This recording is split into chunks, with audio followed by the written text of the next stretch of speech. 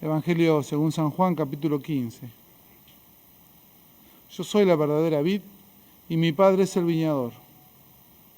Él corta todos mis sarmientos que no dan fruto. Al que da fruto lo poda para que dé más todavía. Ustedes ya están limpios por la palabra que yo les anuncié. Permanezcan en mí como yo permanezco en ustedes. Así como el sarmiento no puede dar fruto si no permanece en la vid, tampoco ustedes si no permanecen en mí. Yo soy la vid, ustedes los sarmientos. El que permanece en mí y yo en él, da mucho fruto, porque separados de mí nada pueden hacer. El que no permanece en mí es como el sarmiento que se tira y se seca, después se recoge, se arroja al fuego y arde. Si ustedes permanecen en mí y mis palabras permanecen en ustedes, pidan lo que quieran y lo obtendrán. La gloria de mi Padre consiste en que ustedes den fruto abundante y así sean mis discípulos. Hasta aquí la lectura del Santo Evangelio. Es palabra de Dios. Pueden sentarse. Pregunta de comprensión lectora. ¿Qué son los sarmientos? Las ramitas que salen, los brotes largos, ¿no? Está bien, exactamente, las ramas, exactamente. ¿Sí? Entonces, no piensen en Domingo Faustino, ¿sí? Cuando escuchan los sarmientos, en este caso, están pensando en las ramas de... Yo en ningún otro lado vi que le llamen sarmientos, a las ramas solo en la Biblia. Pero bueno, por lo visto, ¿sí? Pámpanos también, sí. Sí, exactamente, exactamente. Como ven, no es más fácil, es más difícil a medida que vamos metiéndonos para adentro. El párrafo que compartimos hoy forma parte de un largo discurso de Jesús a sus discípulos durante y luego de la última cena. ¿Sí? La imagen que utiliza Jesús, la ilustración que utiliza, seguramente nos resulta muy conocida, ¿no? La vid. Pregunta de comprensión lectora, ¿qué es la vid? El parral, el viejo y querido parral, exactamente, la planta de uvas. Pero no pasemos por alto esta imagen. Para nosotros seguramente es trillada, ¿no? La imagen en la Biblia de la vid, ¿no? La viña del Señor, ¿no? Hay un montón de imágenes de la vid. Pero pensemos un poquito cuando la utilizó Jesús a esta idea, ¿sí? Él dijo, repasemos, yo soy la verdadera vid, ¿sí? Hoy a nosotros, siglo XXI, a nosotras, siglo XXI, nos suena de una manera. ¿Cómo habrá sonado en el momento en que se dijo, yo soy la verdadera vid? Para sus oyentes, para quienes estaban ahí escuchando con él, para sus discípulos, la imagen de la vid también era tradicional, pero aplicada a Israel.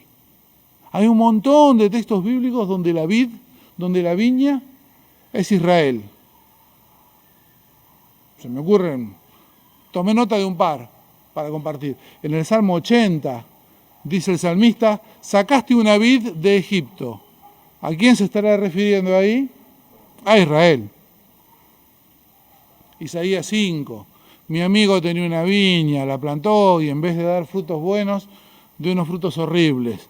¿A quién se refiere el profeta? ¿No? Otra vez a Israel, ¿sí? La imagen de la vid, de la viña, era conocida para todo el contexto de discípulos, pero se aplicaba a Israel. Jesús está planteando que no hay más pueblo de Dios que el que se construya a partir de él. ¿Ustedes se imaginan lo radical que ha sonado esto en el momento en que fue dicho? Porque ahora que conocemos el final de la película decimos, bueno, claro, lógico. Pero en ese momento, ¿sí? Era un tipo hablando con otros tipos, diciéndole, yo soy la vid verdadera, ¿sí? ¿Se ve la radicalidad del mensaje? Esto resulta plausible ahora, ¿eh? No era tan fácil de asimilar cuando fue dicho. Cuando lo dijo, los discípulos deben haber quedado en shock realmente, diciendo, porque ellos eran judíos piadosos, más o menos piadosos, algunos más piadosos que otros, pero más o menos, digamos, en esa línea, ¿sí? Así que les habrá resultado realmente choqueante escuchar esto. A continuación Jesús dice una frase dura. Todo sarmiento que en mí no produce fruto, mi Padre lo corta. Interesante esto, ¿eh? El fruto parece que importa. Parece que Jesús no creó un cenáculo, un pequeño grupito de iluminados, ¿sí? Una vanguardia chiquitita. No, Jesús creó una comunidad en expansión. Y luego una afirmación también difícil. ¿Por qué? Al sarmiento que no produce fruto, ¿qué pasa? Lo corta. ¿Y al que produce fruto? ¡Ja, ja! Es maravilloso, lo poda. Al que produce fruto lo poda para que dé más fruto. Caramba, ¿eh? Parece que al viñador no se lo compra con un poquito de fruta y después ya nos deja seguir tranquilos a los sarmientos haciendo lo que queremos. No, el sarmiento que da fruto no hay problema, es podado, limpiado, para que dé más fruto. Entonces es necesario un proceso de desarrollo, de crecimiento, que no se detiene con los primeros frutos. No es que con los primeros frutos ya está. No, hay un proceso de desarrollo, de crecimiento que continúa. Después le dice al grupo, ustedes ya están limpios por el mensaje que les he comunicado. Acá también quería detenerme. Perdón, la reflexión hoy está llena así como de notas exegéticas, de pararse, de ir paso por paso, pero realmente el texto me parece que lo vale. Ustedes están limpios, les dice al grupo, por el mensaje que han recibido. Normalmente en el lenguaje religioso, cuando hablamos de limpieza, ¿qué otra palabra se usa? Pureza, exactamente. De hecho, esto se llama purificador, ¿sí? En el lenguaje religioso tradicional, limpieza y pureza suelen ser palabras vinculadas dentro del mismo campo, más o menos. No deja de ser llamativo en el Evangelio que la limpieza pase por un mensaje que nos es dado. Ustedes están limpios por el mensaje que les he comunicado. Mientras que nosotros solemos pensar la pureza por intentos nuestros de esforzarnos en ser más santos, ¿no? Nosotros solemos pensar la pureza o la limpieza por un esfuerzo personal, de decir, bueno, si hago un poquito más de fuerza, voy a ser un poquito más limpio, un poquito más, hay conciencia de que, bueno, por lo menos en mí hay conciencia de que no, ni muy limpio ni muy puro. Si hago un poco más de fuerza, capaz que me toca, capaz que lo logro. Pero lo que dice Jesús es, ustedes están limpios por el esfuerzo que hicieron. No, ustedes están limpios por el mensaje que recibieron. ¿Sí? Es interesante. Aparecemos más como objeto de la purificación, como una cosa que es limpiada por el mensaje, que como sujeto activo de la purificación. Interesante para pensar, ¿no? Porque digo, en general el tema de la pureza, de la limpieza es un tema importante en el ámbito religioso. Acá aparece la persona mucho más objeto que sujeto de la purificación. Me pareció interesante también para pensar a veces códigos morales. ¿Cuántas veces la Iglesia le ha puesto yugos demasiado pesados? No porque no es importante la moral, no porque no es importante la ética, no porque no sea importante el comportamiento personal, privado y público. Pero el tema de la limpieza, el tema de la pureza, acá aparece vinculado a otra cosa, no tanto a un esfuerzo personal de hacerlo. Luego otro pasaje duro. Dice Jesús, separados de mí, nada pueden hacer. Notamos Jesús no está diciendo, separados de mí van a hacer poco. O separados de mí lo que hagan va a ser insuficiente. No, Jesús dice, separados de mí, nada. Somos enfrentados a la nada. Por otro lado, vinculado con lo de la pureza, el fruto del cristiano, porque es importante el fruto, recordemos al comienzo que sarmiento que no da fruto, piqui. El fruto es importante, ¿eh? el fruto del cristiano no nace de ningún tipo de voluntarismo, sino de la conexión con Jesús. Separados de mí, no pueden hacer nada. Los frutos son importantes, son esenciales, no tiene que ver con la fuerza que hagamos nosotros, sino con nuestra conexión con Jesús. Entonces, tenemos una figura en la que Jesús es la vid, ¿sí? El Padre, el viñador, ¿sí? Y nosotras seríamos los sarmientos, las ramas. ¿Estaríamos hasta ahí con esa imagen?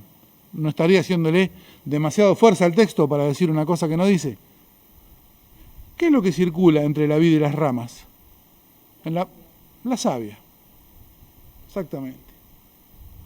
No lo dice el texto, pero me gustaba pensar en el Espíritu Santo, como la savia que comunicaba la vid con los sarmientos. Notémoslo de paso, eso nos hace parte de la vid, ¿sí? Los sarmientos son parte de la parra, ¿estamos de acuerdo? Ahora, ¿se pusieron a pensar un segundo de eso? El proyecto de Dios para el ser humano no es tenerlo como esclavo o tenerlo como mascota. El proyecto de Dios para con el ser humano, de acuerdo a este texto, es incorporarlo a la vida divina. Suena casi hereje, ¿no? Dicho así. Lo escuché en mis mejores profesores de teología, así que me animo a decirlo acá. Discutan con Billy Hansen si no están de acuerdo con esto. Pero el proyecto es increíblemente generoso.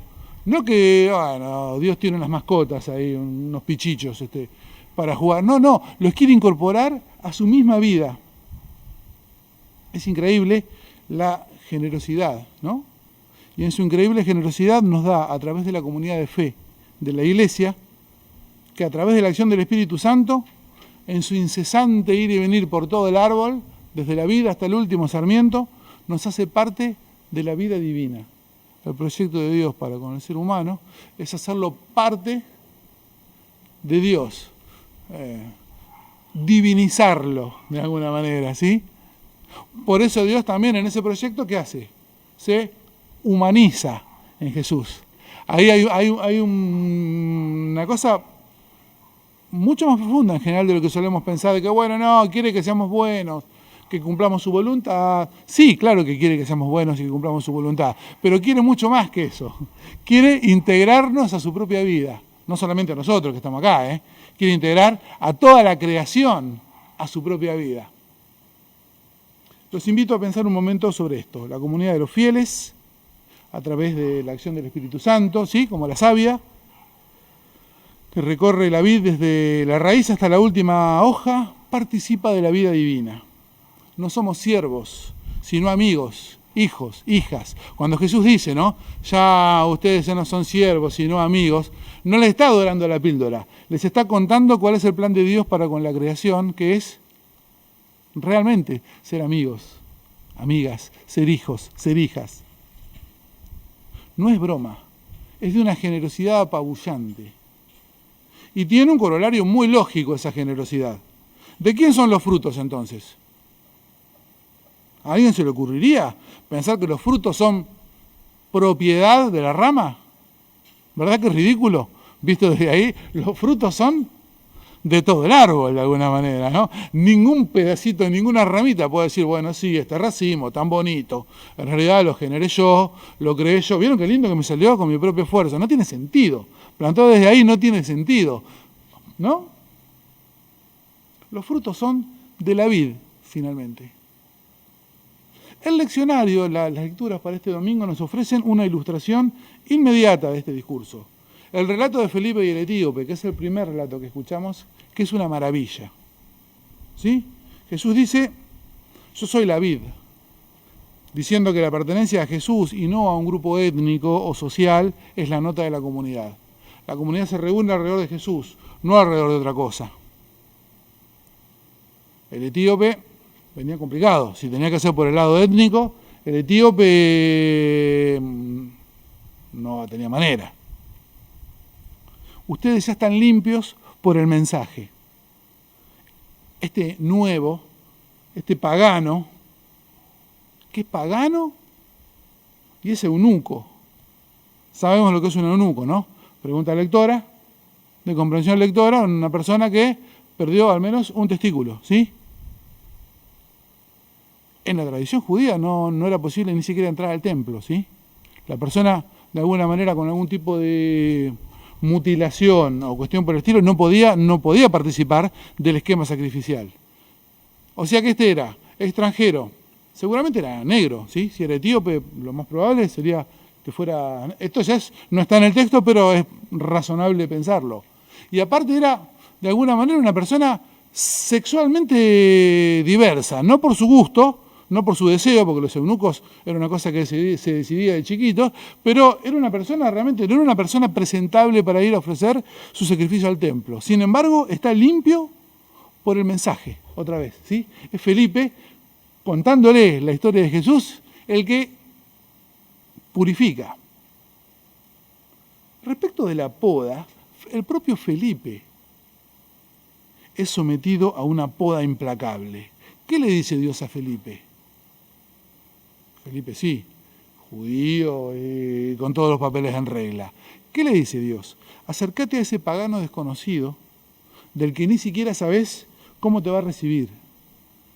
¿Qué resistencias no habrá sentido Felipe, ¿no? Yo me tengo que acercar a este que es impuro por todos lados, por donde lo mire es impuro. No lo conozco y yo me tengo que acercar a él. ¿Qué resistencia no habrá sentido Felipe, ¿no? De decir, no, yo hago otra cosa. Y el fruto, finalmente. ¿Qué dice el etíope después de escuchar el mensaje? Acá hay agua. ¿Qué me impide ser bautizado? ¿Qué le impedía ser bautizado? Nada, la verdad que nada. Y la alegría, porque el fruto de todo esto también tiene que ver con la alegría. El etíope siguió gozoso, alegre su camino. Había pasado de perro infiel a hijo sin paradas intermedias, ¿sí? Non-stop. De perro infiel, de nada, de totalmente afuera, a hijo querido, parte integrante. Entonces, separados de mí, no pueden hacer nada, dice Jesús. Y si permanecen en mí, pidan lo que quieran, también dice Jesús. Les quería proponer tres P's para pensarnos como comunidad. Permanecer, primera P. Permitir la poda, segunda P. Y pedir. Me parece que pueden ser tres claves para pensar nuestras comunidades en estos tiempos críticos. Permanecer, hace falta que les explique lo de permanecer, tiene que ver con la perseverancia. Es difícil exagerar las virtudes y los beneficios de la perseverancia en general, ¿no? En la vida.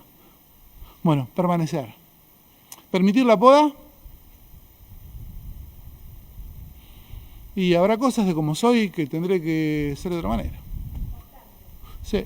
Habrá cosas de como soy a las que estoy aferrado y que tal vez tienen que ser de otra manera. Vale para el pastor y vale para el resto entonces, no solo para el pastor. Y pedir, animarse a pedir con valentía, hasta con atrevimiento, animarse a pedir. Quiera Dios que el Espíritu Santo fluya como savia, comunicándonos su voluntad y su amor, que es infinito, para que podamos permanecer en Cristo y así dar fruto abundante. Amén.